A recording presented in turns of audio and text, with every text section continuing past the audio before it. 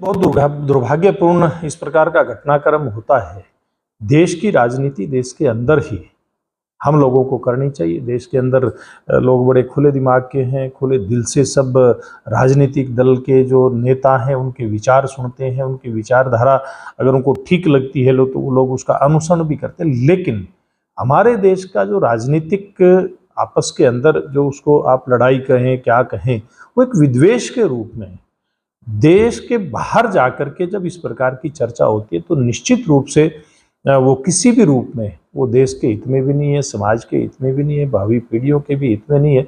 हम लोगों को अपने अगर कहीं कोई मत भिन्नता है, विचारों की भिन्नता है, तो देश के अंदर उनके ऊपर बहस होनी चाहिए, उनके ऊपर चर्चा होनी चाहिए। और देश की जनता ने जब नरेंद्र मोदी जी को तीसरी बार इतना बड़ा जनादेश दिया है और जितने भी इस प्रकार के, चाहे वो वक्फ बिल की हम बात करें या और इस प्रकार के बड़े विषय जो सदन के अंदर आते हैं, या फिर आपने ईडी की बात कही, ये सब नियम कायदे कानून के आधार पर होते हैं। नए बिल भी संविधान के अंतर्गत ही लेकर के आए जाते हैं, उसी के आधार पर काम होता है। और इस प्रकार की जो घटनाक्रम होते हैं, चाहे ईडी की कार्रवाई है, कोई भी कार्रवाई है, बिना सबूत के नहीं होती। और जो ये इस प्रकार के जो कुछ मामले हुए हैं जिसमें गांधी परिवार के लोगों से पूछताछ जारी है, ये तो 2013 के अंदर जब कांग्रेस पार्टी की सरकार थी उस समय कोर्ट के माध्यम से ये मामला आगे बढ़ा था। तो इसमें निश्चित रूप से जो भी कानून सम्मत कार्रवाई होती है, कार्रवाई होगी। किसी को भी प्रताड़ित करने का मकसद हमारी सरकार का नहीं है। प्रताड़ित करने का काम तो हम और आप लोगों ने अपनी आंखों से देखा है कि इमरजेंसी के समय से लेकर के उससे पहले भी और उसके बाद भी किस प्रकार से राजनीतिक दल, राजनीतिक नेताओं, संस्थाओं, यहाँ तक कि मीडिया का, प्रेस की स्वतंत्रता का किस प्रकार से गला घोटा जाता था। जिन लोगों ने काम किया है वो आज दूसरे दलों को सीख देने का काम करते हैं। विदेश में जाकर के जब इस प्रकार की बात करते हैं तो किसी भी रूप में इसको राष्ट्रहित में नहीं कहा जा सकता। देखिए, निश्चित रूप से वो दुर्भाग्यपूर्ण घटनाएं हैं। एक बहुत अच्छा कानून केंद्र सरकार देश के यशस्वी प्रधानमंत्री नरेंद्र मोदी जी के नेतृत्व में लेकर के आई, जो ये वक्फ बिल है, इसके कारण से जितनी अनियमितताएं, जितनी धांधलियां वक्फ की प्रॉपर्टी के अंदर होती थी, जितने लोग इस प्रॉपर्टी के ऊपर कब्जा करते थे, वो सब के सब गरीबों का अधिकार मारने का काम करते थे। अब इस बिल के कारण से, नए कानून के कारण से, जो गरीब मुस्लिम है, खास करके मध्यम वर्ग का जो मुस्लिम समाज है, उनको बहुत फायदा इसके कारण से मिलने वाला है। और पसमानदा जैसे जो इस समाज के अंदर एक अलग वर्ग है, एक अलग कैटेगरी है, इस प्रकार का जो एक वर्ग है मुस्लिम समाज में, उनको तो बहुत ही बुरे तरीके से नज़रअंदाज किया जाता था। ऐसे सब लोगों को बहुत अच्छा लाभ इसका मिलेगा। और जहाँ तक पश्चिम बंगाल की बात है तो निश्चित रूप से वहाँ पर घोर राजनीति वहाँ की मुख्यमंत्री के द्वारा की जा रही है, ममता जी के द्वारा की जा रही है।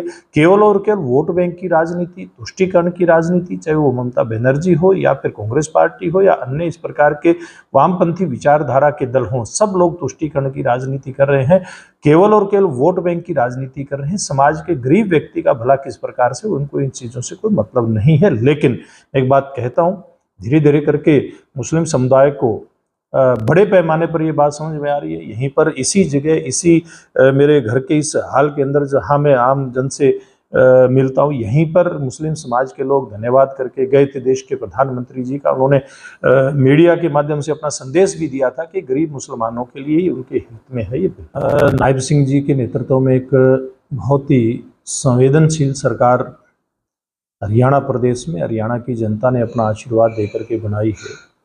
और आगजनी की बहुत सारी घटनाएं प्रदेश के अलग अलग कोनों के अंदर हुई हैं। मुख्यमंत्री जी ने इस बात का संज्ञान लिया।